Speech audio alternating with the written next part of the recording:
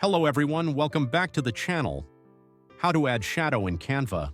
Follow these steps to effectively add shadows to text, images, or graphics within Canva. First, create a new design by selecting a template or open an existing project from your Canva dashboard. Click on the image or graphic in your design to which you want to add a shadow. Click on Edit Image, then click on the Shadow option. This will apply a basic shadow to your selected element. Adjust the intensity slider to make the shadow more subtle, or pronounced. Control the horizontal and vertical displacement of the shadow to create the impression of distance and direction of light. Increase or decrease the blur effect to make the shadow sharper or more diffused. Adjust these settings until you achieve the desired look for your shadow.